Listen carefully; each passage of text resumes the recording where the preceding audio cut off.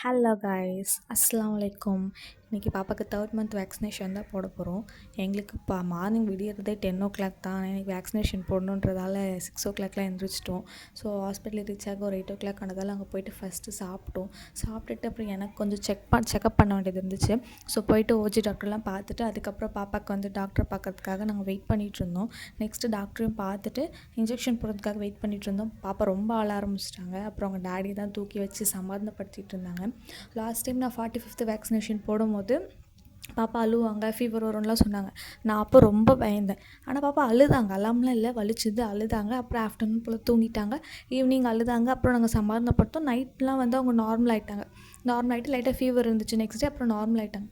நான் அதே மாதிரி தான் இருக்கும்னு நினச்சிட்டு போயிட்டேன். ஆனால் லாஸ்ட் 45th டே வந்து 3 வேக்சின். அதுக்கு பாப்பா அவ்வளோவெல்லாம் வந்து ரியாக்ட் பண்ணலை. நான் அதனால் எப்படியோ இப்போவும் அப்படி தான் இருக்கும்னு நினச்சிட்டு போயிட்டேன். ஆனால் இந்த வாட்டி ஒரே ஒரு இன்ஜெக்ஷன் தான்.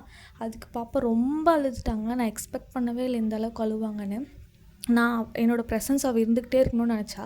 அவளை விட்டு கொஞ்சம் நகர்ந்தால் கூட அவள் அது மாதிரி பயந்து அழ ஆரம்பிச்சிட்டா. என் கையை விடவே இல்லை, என் கையை பிடிச்சிட்டே தான் இருந்தா. எனக்கு பார்க்குறதுக்கே ரொம்ப கஷ்டமாயிடுச்சு. பார்த்துட்டு நெக்ஸ்ட் மந்த்லாம் வேக்சினேஷனே போடக்கூடாதுடா அப்படின்னு நினச்சிட்டேன். இதை பார்த்துட்டு வீட்டில் எங்கள் டேடி, பாப்பாவோட மாமா எல்லாருமே வந்து பிள்ளைக்கு நீ இன்ஜெக்ஷனே போடாத, இந்த அளவுக்கு அழுதுன்னு சொல்லிட்டு என்னை திட்ட ஆரம்பிச்சிட்டாங்க. அப்புறம் எனக்கு எங்கள் அக்கா ஒரு சஜஸ்ட் பண்ணாங்க, ஒரு ஆயின்மெண்ட்டு. ஸோ அது வேக்சினேஷன் போட்டதும் நம்ம அப்ளை பண்ணதுமே அந்த வீக்கெல்லாம் குறைஞ்சிருச்சு. அந்த வீக்கம் குறைஞ்சிட்டு கொஞ்சம் பெயின் ரிலீஃபாக இருக்கும். ஆனால் அது பாப்பாவுக்கு அப்ளை பண்ணியுமே பாப்பாவுக்கு அவ்வளோ பெயின் ரிலீஃப் இல்லை. ஆனால் வீக்கம் குறைஞ்சிருச்சு. ஸோ உங்களுக்கு யூஸ்ஃபுல்லாக இருக்கும். அந்த பிக்சர் போடுறேன், உங்களுக்கு வேணும்னா வாங்கிக்கோங்க.